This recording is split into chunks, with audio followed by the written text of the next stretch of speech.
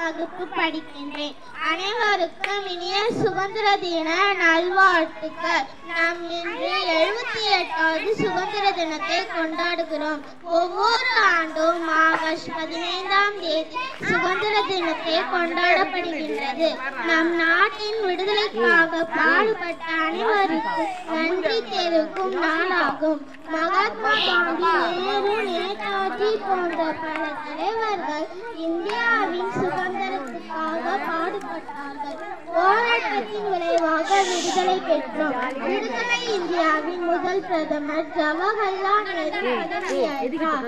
இந்த நாளில் இந்தியா பிரதமர் டெல்லி செங்கோட்டையில் கொடியை ஏற்றுவார்.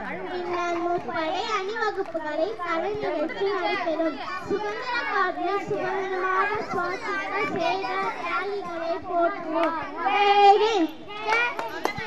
Super super super.